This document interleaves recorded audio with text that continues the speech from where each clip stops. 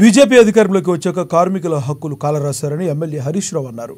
కార్మికుల వ్యతిరేక పార్టీగా బీజేపీపై ముద్ర పడిందన్నారు. సిద్దిపేట జిల్లా కేంద్రంలోని శివానుభవ మండలంలో మెదక్ బీఆర్ఎస్ ఎంపీ అభ్యర్థి వెంకటరామరెడ్డికి మద్దతుగా నిర్వహించిన ఆటో యూనియన్ కార్మికుల సమావేశంలో హరీష్ రావు పాల్గొన్నారు.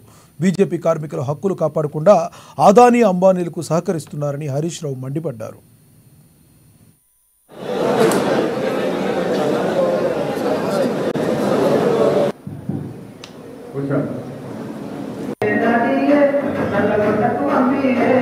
సిద్దిపేట పని బాగా జరిగితే అగో హరీశ్వర గితగరం చేస్తారా సిద్దిపేట కానీ గారడ్డం మాట్లాడిండు, గారడ్డం పెట్టిండు.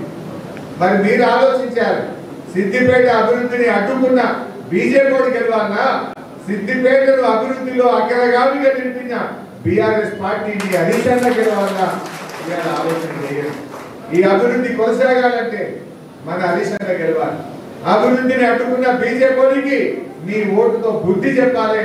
బిడ్డను మా సిద్దిపేటను కళ్ళల్లో పెట్టుకున్నావు, సిద్దిపేట అభివృద్ధిని నువ్వు ఓదలేదు అని చెప్పి ఆయనకు మనం బుద్ధి చెప్పాలన్న వద్ద మీరు ఆలోచన చేయాలి.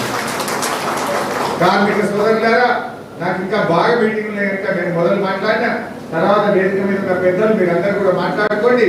కానీ నేను మీతో మనవి చేసేది ఒకటే, ఇది హరీశ్వర కాదని ఇంకా ఏమరపాటుగా ఉండొద్దు. సిద్దిపేట అంటే బీఆర్ఎస్ గడ్డ, ఇది హరీశ్వర మనిషి అని మీరందరూ కూడా చెప్తారు. అదేవిధంగా ఎల్లుండి రేవంత్ రెడ్డి వస్తారు కదా సిద్దిపేట, ఏం చెప్పడానికి వస్తుంది ఆయన? నేను మంజూరు చేసిన వెటర్నరీ కాలేజ్, సిద్దిపేటకు నేను మంజూరు చేసిన వెటర్నరీ కాలేజీని ఇవాళ కొడంగల్ తీసుకుపోయింది రేవంత్ రెడ్డి. అంటే మన పిల్లలు చదువుకోవద్దట. ఆల్రెడీ స్లాబ్లు బట్టి సగం పనైన వెటర్నరీ కాలేజీని సిద్దిపేట నోటికాడ బుక్కను ఎత్తగొట్టినందుకు రేవంత్ రెడ్డి సిద్దిపేటకు వస్తుందా?